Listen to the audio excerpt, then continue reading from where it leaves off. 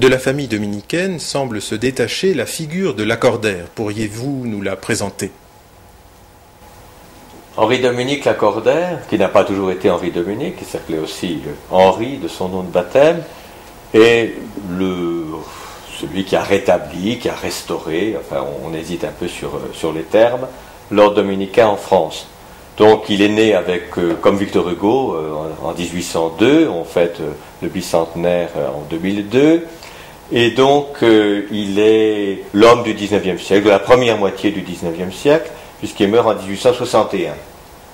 Alors je pense qu'en effet il se détache sur son siècle, à la fois dans l'Église, parce qu'il n'est pas un personnage copie conforme de ce qu'on attend, et aussi dans l'ordre dominicain, parce qu'il lui a donné une tonalité, une figure qui est celle, je crois, des provinces françaises au XIXe siècle, en tout cas la province de France qu'il a fondée.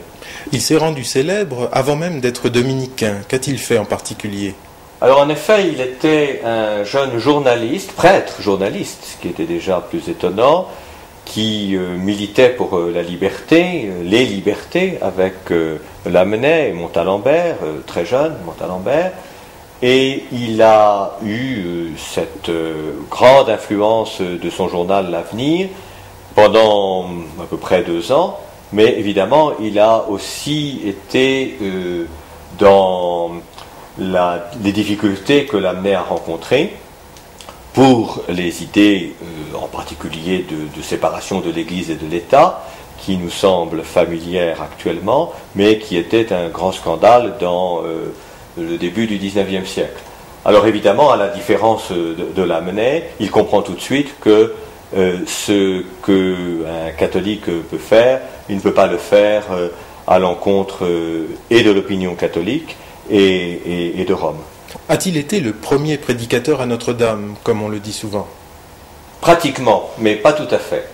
Donc c'est dans les toutes premières années de cette idée, à mon avis très, très intelligente, d'une sorte de catéchèse, d'apologétique, on disait à l'époque, pour les jeunes gens, d'abord pour les jeunes gens, dans l'enceinte de Notre-Dame.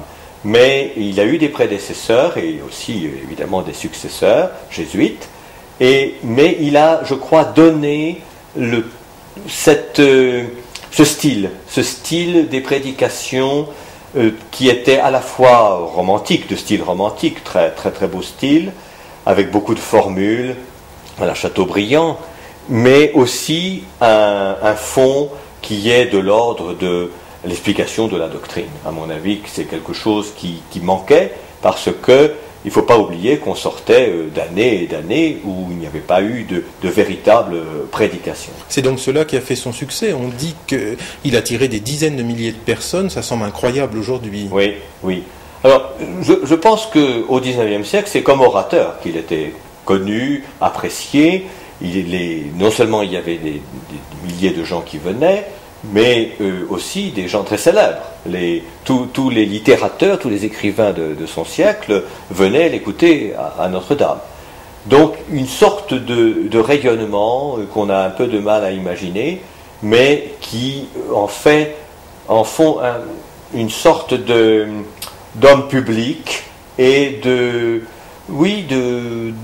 quelqu'un qui a compris que le rôle des communications et de l'opinion publique. Était-il conscient de son succès? Ah oui, très conscient, très très conscient, et même avec une sorte de mauvaise conscience, d'une certaine manière, de ce succès. Il pensait que c'était pas seulement servir Dieu, qu'il y avait peut-être un peu de risque de vanité, et c'est pourquoi ça explique, je pense, ces macérations et même ces flagellations qu'il recevait après ses succès, justement, succès qu'il jugeait trop mondains. Lacordaire a refondé l'ordre en France, il est aujourd'hui surtout célèbre pour cela. Comment cela s'est-il passé? Ça s'est passé parce qu'il a eu cette idée. Et en effet, il me semble que c'est une démarche assez personnelle, Lacordaire aurait pu se mettre en contact avec des dominicains qui avaient traversé la Révolution en se cachant. Il ne l'a pas, qui était très âgé quand même, c'est vrai, mais il n'a pas cherché à le faire.